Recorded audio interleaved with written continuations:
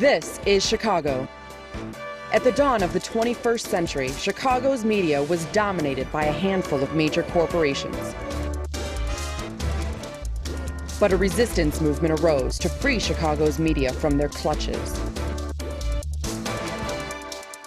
One player in this movement is the Chicago Independent Media Center and its TV show, Chicago Independent Television.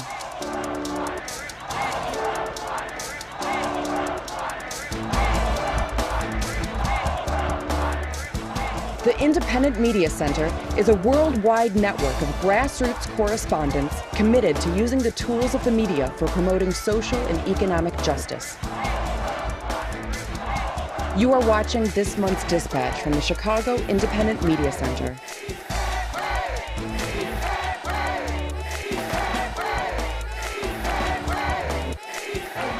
Welcome to Chicago Independent Television, a collection of progressive video reports by grassroots media workers produced free from corporate or commercial support or influence. I'm your host, Gwendolyn Chubb.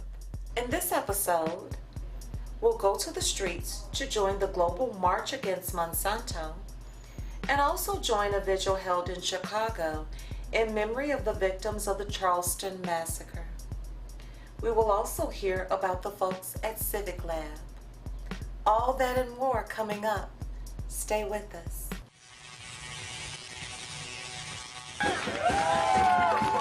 In 1914, Woodrow Wilson signed the bill that created the Fed.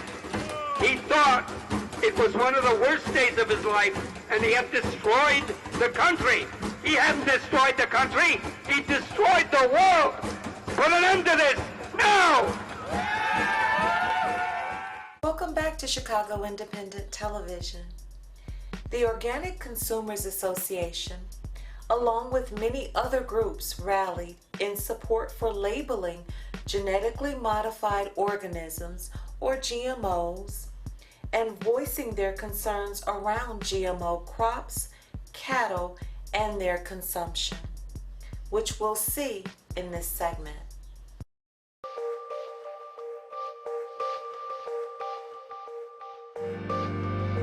If you decide to join us, then come over here and put your signs down.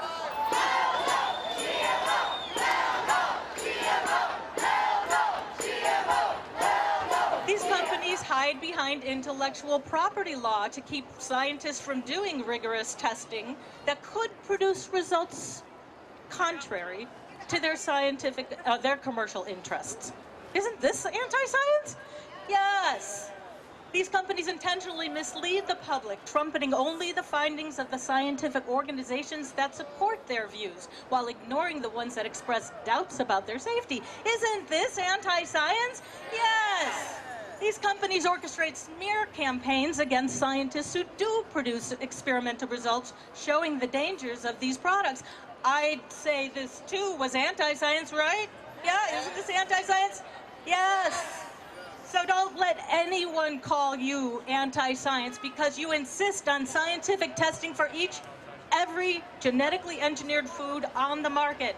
And this means independent testing with the necessary safeguards to ensure adequacy and impartiality. We are the ones who are for science. We are the ones who are for honest science.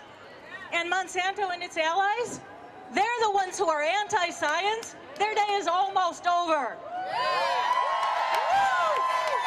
And I met the CEO of Monsanto, and I said to him, you know, Mr. Grant, it takes a big man to make a big and powerful company, but it takes an even bigger man to acknowledge when something's not working and to go into a new direction.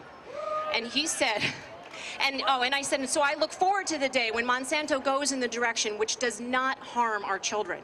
And he said, well, we have all kinds of science and we're going in new directions all the time. And I said, we have science that your products harm our children. And just consider if you're wrong, the repercussions to your company are enormous and the repercussions to the world are huge. And he said, well, if you're wrong, you're scaring an awful lot of people. And I said, if I were wrong, wrong, and I'm not, then only repercussion to the people is that they're eating organic. And there is nothing wrong with organic food. It is perfect the way it is.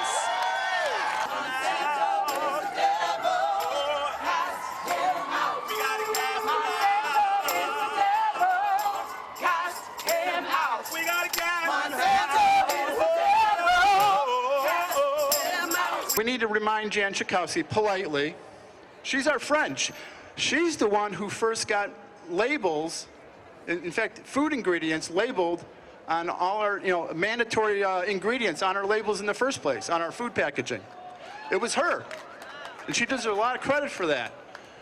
But, politicians need a good nudge in the side. Sometimes they need a push. That's what we're going to do. Monsanto and many of the biotech industries that are trying to sell us their seeds have corporatized and in many cases privatized ownership of what is biological, something that belongs to nature, something that no man can possess. And we're here to take back our food system, to say we will not stand for the commodification of the things that are the most important to us. The food that we eat and the water that we drink, water that we do not want to drink polluted with pesticides and agrochemicals. So we've worked hard to promote SB 734, the Genetically Engineered Food Labeling Act here in our Senate. We have gotten many, many letters written by people that are here right now that we will deliver to the Senate President, John Cullerton, next Friday. Let's hear it for John Cullerton, the man who is preventing us from seeing food labels. We give him a boo! We don't really know what's happening with our food, and that's why it's really important to garden if we can, because then we know where the food is coming from. Another issue related to food security is we probably all here buy organic when we can, and we know that organic is not cheap, right? It's usually way more expensive than conventionally grown produce. So if we start gardening and we have gardens, then our neighbors see it, and then we can talk to them about these kinds of topics. You go to the grocery store and you have to buy these pears, and the pears are $1.99 a pound, but you can have a pear tree and have pears for 20 years plus, or your tomatoes, and we can save these heirloom varieties that are quickly disappearing because we are a monocrop culture. Bad news is that last night the U.S. Senate passed Fast Track, Trade Promotion Authority. If you didn't know it, it happened close to midnight. Well, actually got about 10 p.m. But in any case, it's now going to the House, and it's in the House where we have a better chance of stopping it. We knew that early on. And what Fast Track does is the House will have to cede its authority over trade, international trade, something that they would have to do. They would have to vote to cut their own responsibility. That means they can cut and run. They don't have to take responsibility. The objective of companies like Monsanto is not quality of food, but about greed, control, and monopoly. It's not to protect life and environment, but to protect their money. Thank you, everybody, so much for coming out. We have a really good turnout today. I'm so excited to see all of you. I am going to back up what that doctor just said, because I know from personal experience that everything that she just said is true, and I don't need anyone to approve it or put a stamp on it and tell me that it's true, because I lived through it with my little girl. She was the one with the bullhorn yelling at the GMO people, if any of you guys saw her. On her sign, she wanted to draw a picture of herself in the hospital, hooked up to all of those IVs and PICC lines and the oxygen. For the last 3 years, in about 2 weeks, it'll be 3 years that she has been completely healthy. And it's because I cut all of that garbage out of her diet. It was killing her. I almost lost her. I spent 7 days in the PICU, no sleep. I was losing her. She pulled through, and I decided that we really needed to make some life changes. And she has been perfectly healthy since. Monsanto is the largest multinational GMO bioengineering company And it's just, nobody that creates pesticides and manufactures all of this stuff should have anything to do with our food. That right there is a red flag. So I don't know how anyone could think that any of that is okay. Poison, food, they don't go together. It's common sense, it's not science.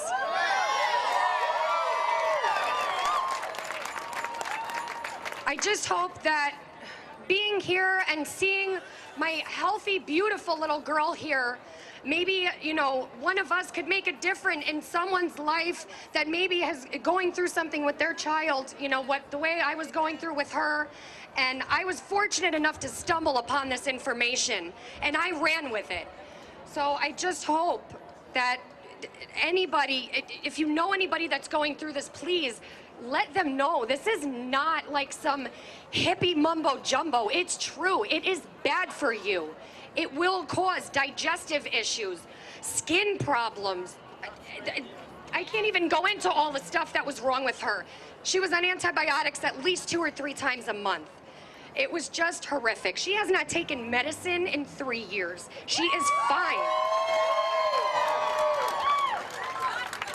But please just spread the word. I am here today to let you guys know about my personal experience, because I do take this Monsanto thing personally because it affected my family. And I almost lost a family member because of it.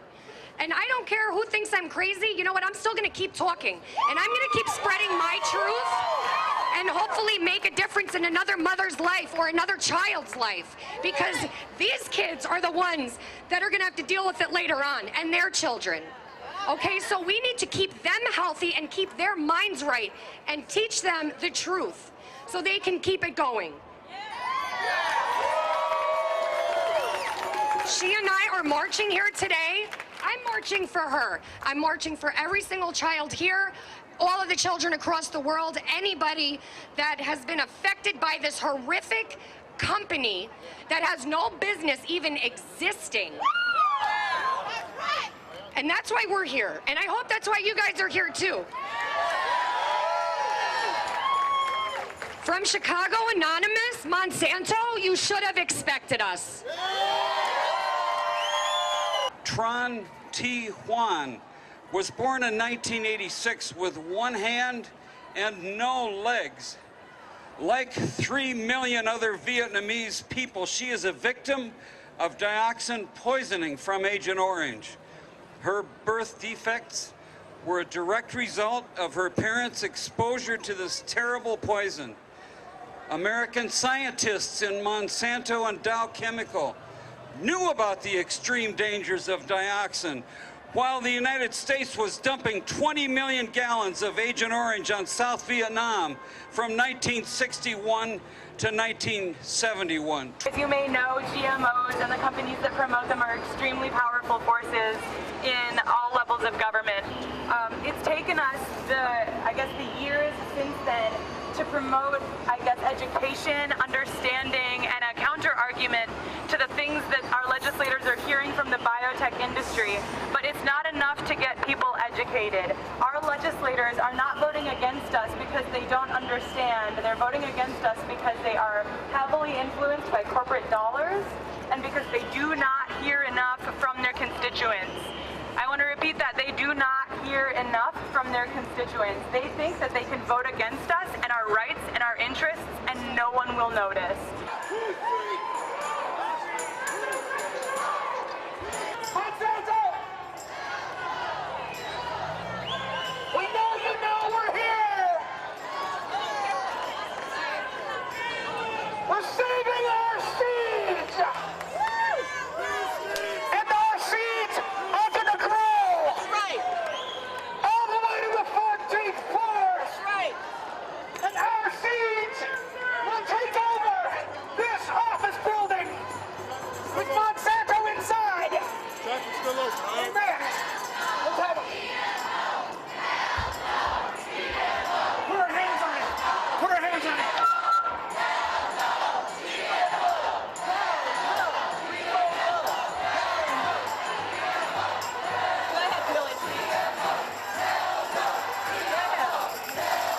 Withhold!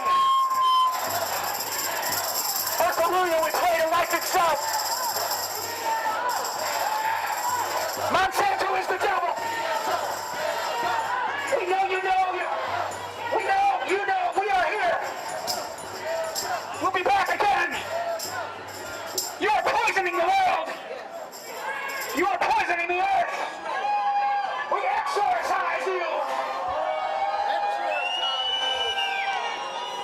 exorcised.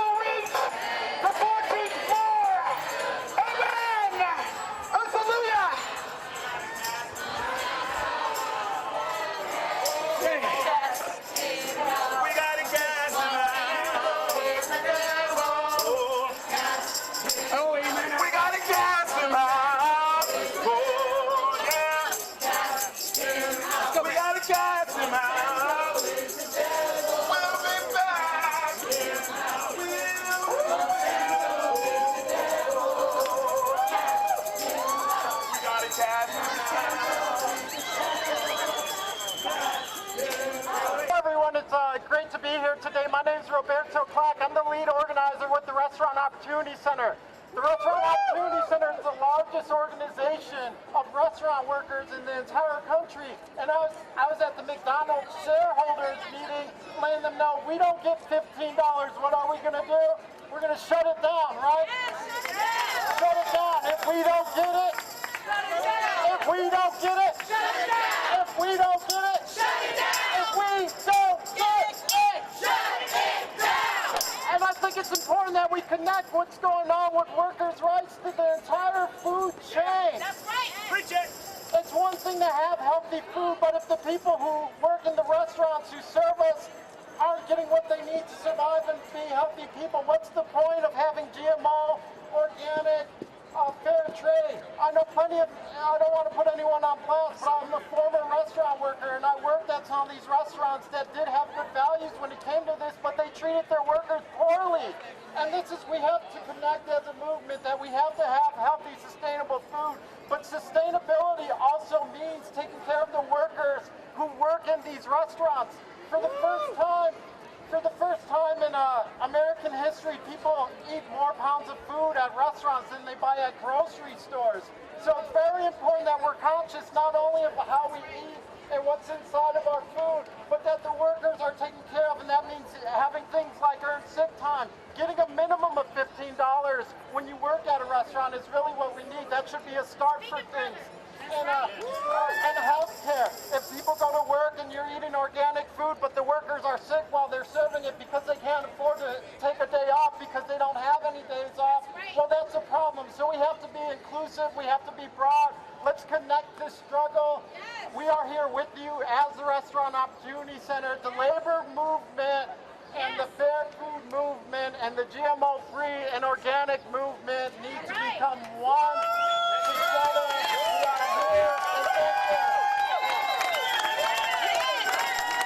Very recent shareholders meeting this past week, there was a large rally there and people going in fighting for $15 an hour, minimum wage.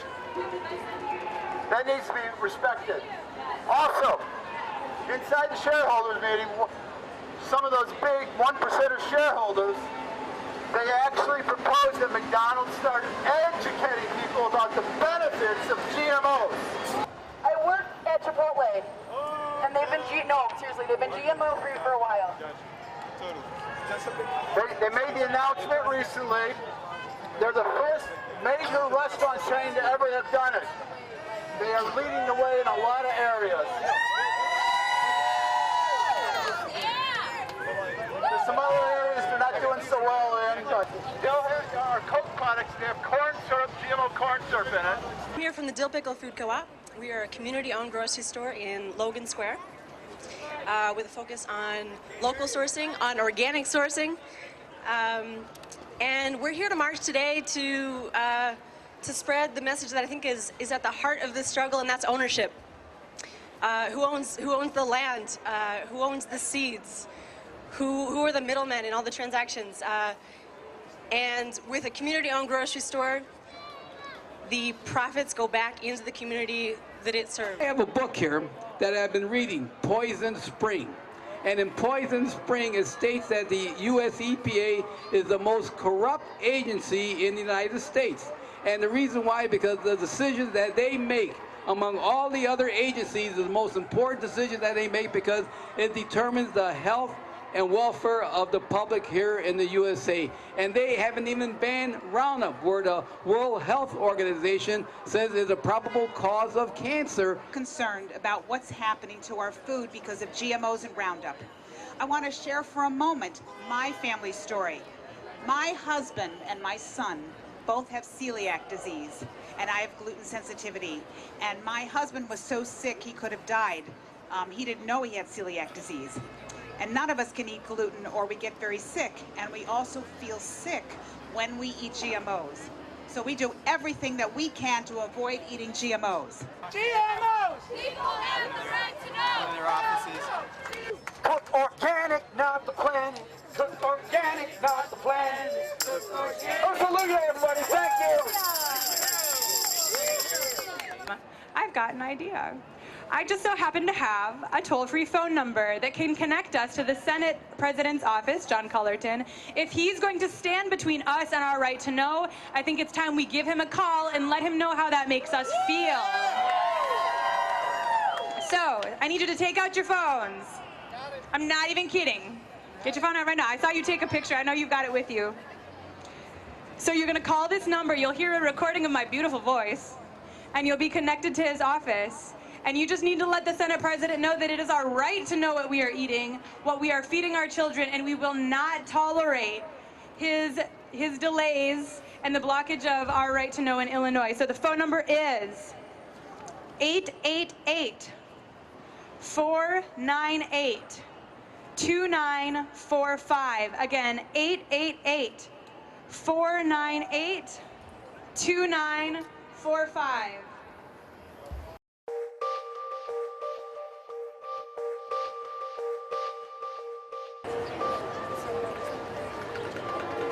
I see many of you are still leaving voicemails. This is good.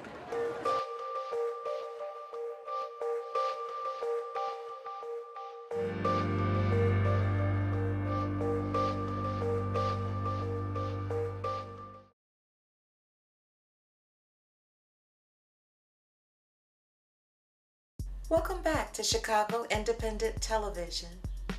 In this segment, we'll join a vigil held in Chicago in memory of the victims of the Charleston massacre and to raise awareness of the prevalence of white supremacy groups. The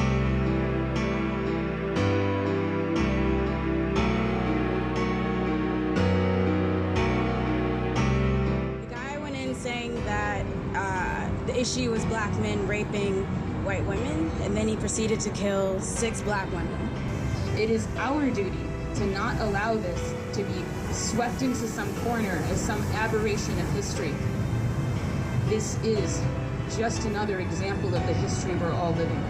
So I'm reading I Believe in Living by Assata Shakur. I believe in living. I believe in the spectrum of beta days and gamma people. I believe in sunshine, in windmills and waterfalls, tricycles and rocking chairs, and I believe that seeds grow into sprouts, and sprouts grow into trees. I believe in the magic of the hands and the wisdom of the eyes. I believe in rain and tears and in the blood of infinity. I believe in life, and I have seen the death parade, march through the torso of the earth, sculpting mud bodies in its path. I have seen the destruction of the daylight and seen bloodthirsty maggots prayed to and saluted. I have seen the kind become the blind, and the blind become the bind, in one easy lesson. I've walked on cut grass. I've eaten crow and blundered bread and breathed the stench of indifference. I've been locked by the lawless, handcuffed by the haters, gagged by the greedy, and if I know anything at all, it's that a wall is just a wall, and nothing more at all. It can't be broken down. I believe in living. I believe in birth. I believe in the sweat of love and in the fire of truth. And I believe that a lost ship steered by tired, seasick sailors can still be guided home to port.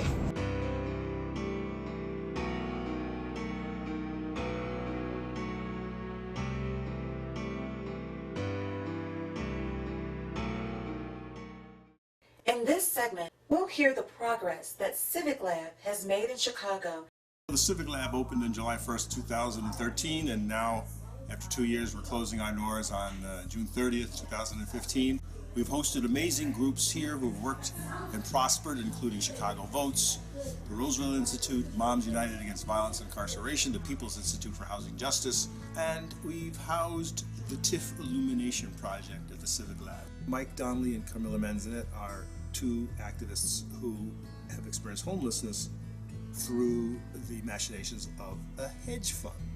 Cold-hearted, Manipulators, shallow, carpetbaggers, uncaring, people who come in and are taking advantage of a situation for their own gain. They just want your money. While claiming that they're doing good for everyone. Became homeless in 2013 due to an issue I was having with CHA. Yeah, we occupied a bank-owned home, and the police came and evicted us. Shortly thereafter, in the course of being illegally locked out, that the company that purchased the home was Invitation Homes.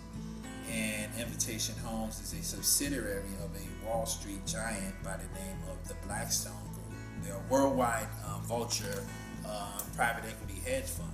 We were treated so harshly by the subsidiary of Blackstone that it drove us to want to know more about what they were doing, and if they could do this to people who were squatting or occupying a home, what would they do to people who would actually become renters? We know that they're crooks because they participated in subprime loans and have gotten all of GE's real estate for $23.5 billion. So Brandon Smith and a group of working journalists have been coding and working on a project that will make it easy for whistleblowers to connect with journalists in a secure way. It's building an instance of Secure Drop. It's kind of a fancy software package that allows sources to get in contact with journalists in a secure manner. It's taken so long because of all kinds of security considerations. We've been working on it for a year or so. We're sort of in the last little parts of making it a reality. All this is without spending a dime. We have no money here at the Civiclab. Everything's a volunteer basis. It's one of the reasons why we have to close. We just couldn't figure out quite how to pull it together to get enough people to work here to pay our bills.